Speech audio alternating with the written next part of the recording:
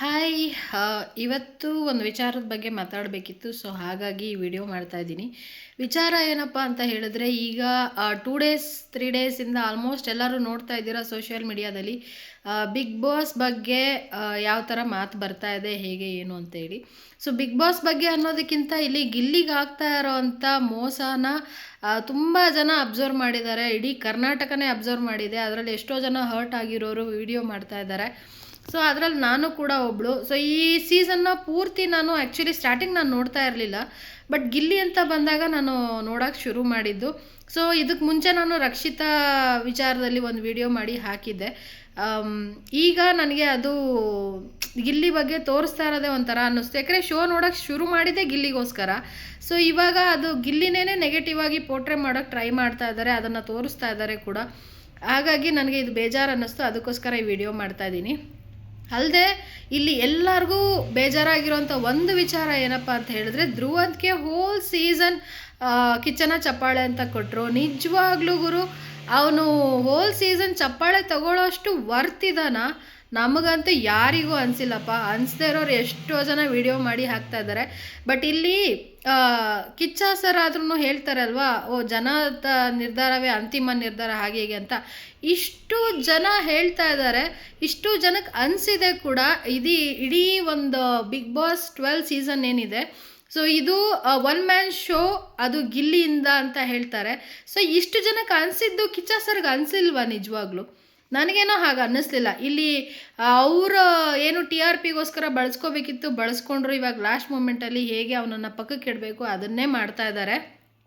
So ಇಲ್ಲಿ ತುಂಬ ಜನಗಳಿಗೆ ಡೌಟನ್ನೇ ಇವಾಗ ಕ್ಲಿಯರ್ ಮಾಡ್ತಾ ಇದ್ದಾರೆ ಅನ್ನೋದು ಬಿಟ್ಟರೆ, ಇಲ್ಲಿ ನಿಜವಾಗ್ಲೂ ಇವರು ಶೋ ಜೆನ್ಯೂನ್ ಆಗಿ ನಡೆಸ್ತಾ ಇದ್ದಾರೆ ಅಂತ ನಿಜವಾಗ್ಲೂ ಯಾರಿಗೂ ಅನ್ನಿಸ್ತಿಲ್ಲ. ಈಗ ಲಾಸ್ಟ್ ಮೂಮೆಂಟಲ್ಲಿ ಗಿಲ್ಲಿಗೆ ವಿನ್ ಮಾಡೋದು ಬಿಟ್ಟರೆ, ಅವರು ಬೇರೆ ಯಾರಿಗಾದರೂ ಮಾಡಿದ್ರು ಕೂಡ ಇದು ಇದು ಮ್ಯಾಚ್ ಫಿಕ್ಸಿಂಗ್ ಅಂತಲೇ ಅನಿಸುತ್ತೆ ಹೊರತು ಜೆನ್ಯೂನ್ ಆಗಿ ಆಡಿಸ್ತಾ ಇದ್ದಾರೆ ಅಂತ ಅನಿಸಲ್ಲ.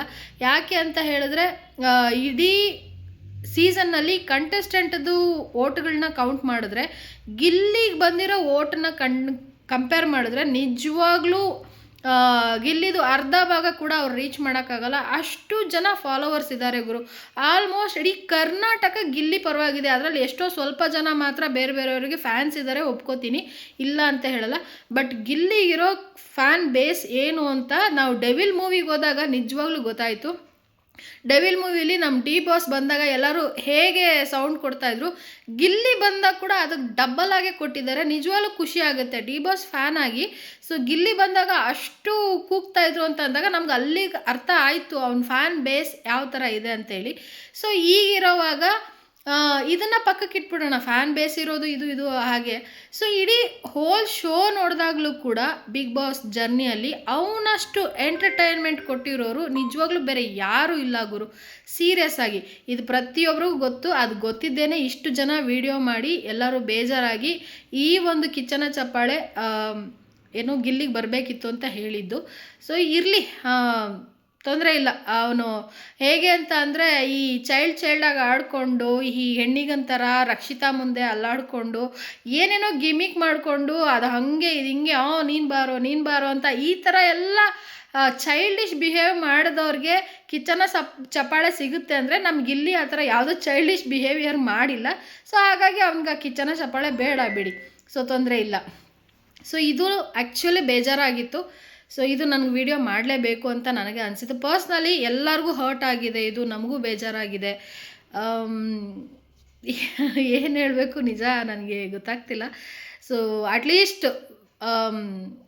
ಈ ಸೀಸನ್ನ ವಿನ್ನರ್ ಗಿಲ್ಲಿ ಆಗಬೇಕು ಅಂತ ತುಂಬ ಜನಕ್ಕೆ ಆಸೆ ಇದೆ, ನಮಗೂ ಕೂಡ ತುಂಬ ಆಸೆ ಇದೆ. ಈವನ್ ನಮ್ಮ ಮನೇಲೂ ಕೂಡ ನಾವು ಯಾರೂ ಬಿಗ್ ಬಾಸ್ ನೋಡ್ತಾ ಇರಲಿಲ್ಲ, ಈ ಸರಿ ನೋಡ್ತಾ ಇರೋದೇ ಗಿಲ್ಲಿಗೋಸ್ಕರ.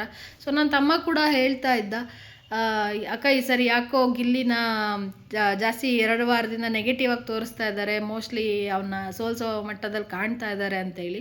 ಯಾಕೋ ಸ್ವಲ್ಪ ಬೇಜಾರಾಯಿತು. ಬಡವ್ರ ಮಕ್ಕಳು ಬೆಳಿಬೇಕು ಅನ್ನೋದು ಓಕೆ. ಸೊ ಇಲ್ಲಿ ಅವನು ಬಡವ ಅನ್ನೋದನ್ನು ಅವನು ಎಲ್ಲೂ ತೋರಿಸ್ಕೊಂಡಿಲ್ಲ.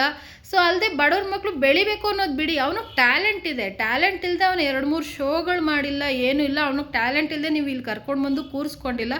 ಸೊ ಅವನ ಟ್ಯಾಲೆಂಟಿಗೆ ತಕ್ಕಾಗೆ ಈ ಸೀಸನ್ನ ಅವನು ನೆಕ್ಸ್ಟ್ ಲೆವೆಲಿಗೆ ತೊಗೊಂಡು ಹೋಗಿದ್ದಾನೆ. ಅದಕ್ಕೋಸ್ಕರನಾದರೂ ಗಿಲ್ಲಿ ಗೆಲ್ಲೇಬೇಕು ಅನ್ನೋದು ನಮ್ಮ ಆಸೆ, ಪ್ರತಿಯೊಬ್ಬರ ಆಸೆ ಕೂಡ.